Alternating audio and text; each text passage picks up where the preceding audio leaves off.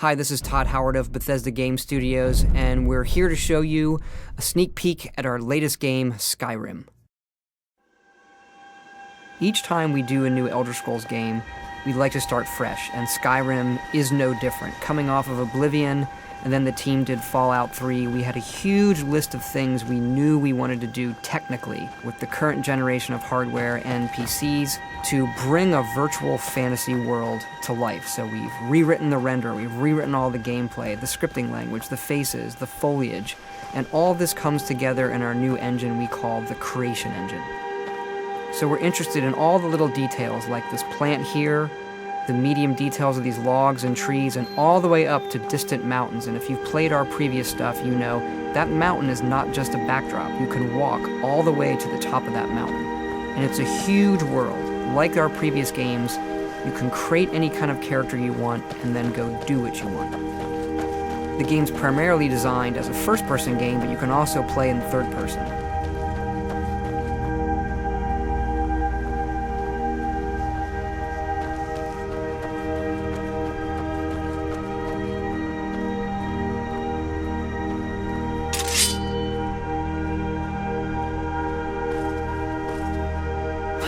Our big motto for Skyrim is, you are who you play. So whatever you have in your hands, or whatever you're using, you're going to get better at, and then you're going to level up.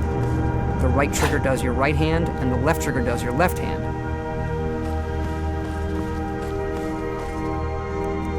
And you could put either a weapon or a spell.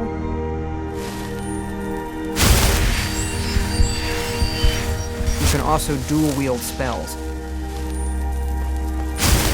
What's really cool here is, if you put the same spell in both hands and pull both triggers, you can get a bigger, more powerful version of that spell.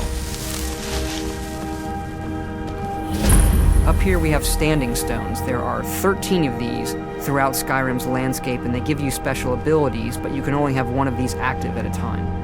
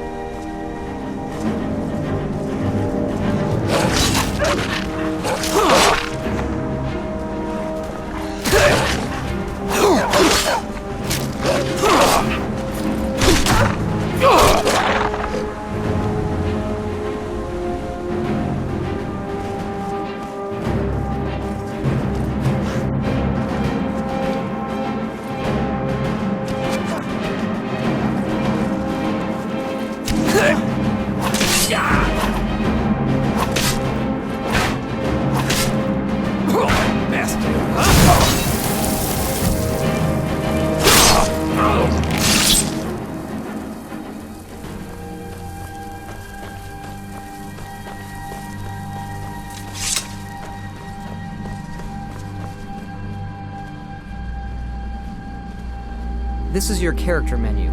Here you can see all your items, not just what they do stat-wise, but also what they look like. Each of the thousands of objects you can find can be zoomed in, rotated, and looked at in high detail.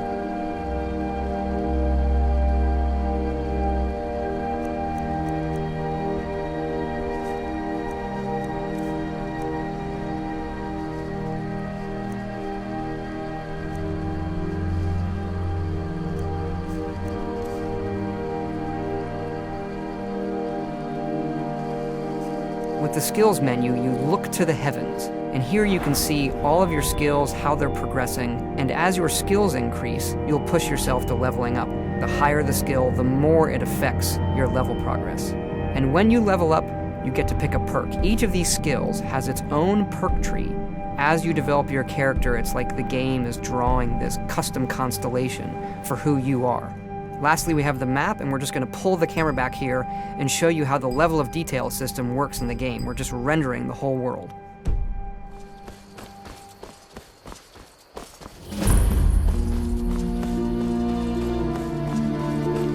A dragon! I saw a dragon!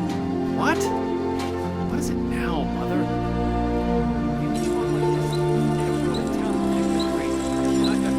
Ain't every day we get visitors in Riverwood.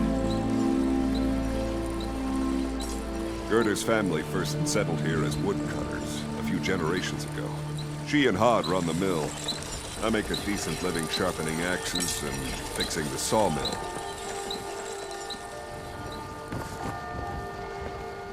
Here for work? Get an axe. And bring me all the wood you can chop.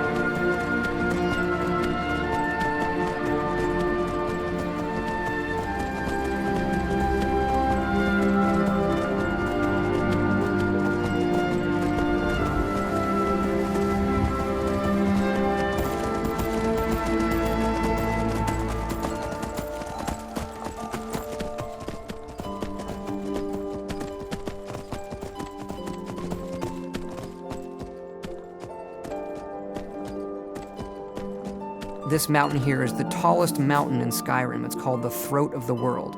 It is home to the Greybeards, who are masters of the voice. The voice is the ability to use the language of dragons and form these magical shouts. And this is a power that you will learn throughout Skyrim's main quest.